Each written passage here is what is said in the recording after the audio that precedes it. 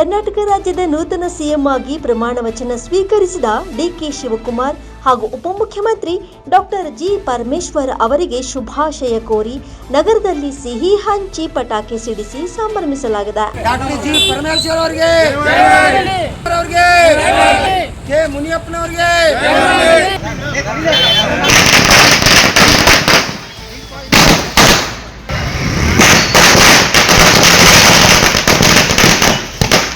ನಗರದ ನಗರಸಭೆ ಮುಂಭಾಗದಲ್ಲಿರುವ YH ಪರಾಪುರ್ finance ಸಿಬ್ಬಂದಿ ಹಾಗೂ ಅಭಿಮಾನಿಗಳಿಂದ ಈ ಕಾರ್ಯಕ್ರಮ ಆಯೋಜನೆ ಮಾಡಲಾಗಿತ್ತು. ಈ ವೇಳೆ ನಿರ್ಗಮಿತ ಮುಖ್ಯಮಂತ್ರಿ ಸಿದ್ದರಾಮಯ್ಯ, ನೂತನ ಮುಖ್ಯಮಂತ್ರಿ ಡಿಕೆ ಶಿವಕುಮಾರ್ ಹಾಗೂ ದಲಿತ ಸಮುದಾಯದ ಪ್ರಬಲ ನಾಯಕ ಡಾಕ್ಟರ್ ಜಿ ಪರಮೇಶ್ವರ್ ಪರವಾಗಿ ಜಯಘೋಷಣೆಗಳನ್ನು ಹಾಕಲಾಯಿತು.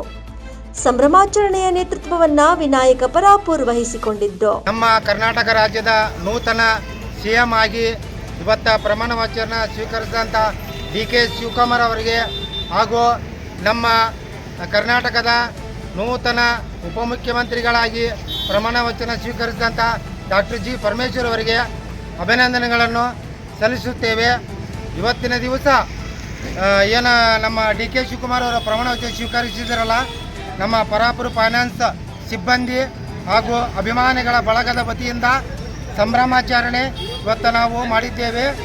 ಪಟಾಕ್ಷಿ ಆರಿಸುವ ಮುಖಾಂತರ ಹಾಗೂ ಸಿಹಿ ಹಂಚುವ ಮುಖಾಂತರ ನಾವು ಸಂಭ್ರಮಾಚರಣೆ ಮಾಡಿದ್ದೇವೆ.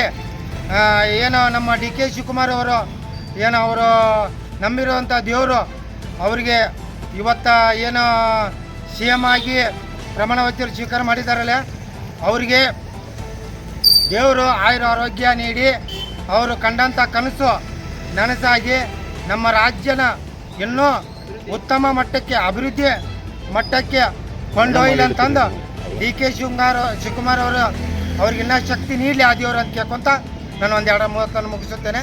ನನ್ನ ಹೆಸರು Vinayaka Parapura. Rise of news Gadag.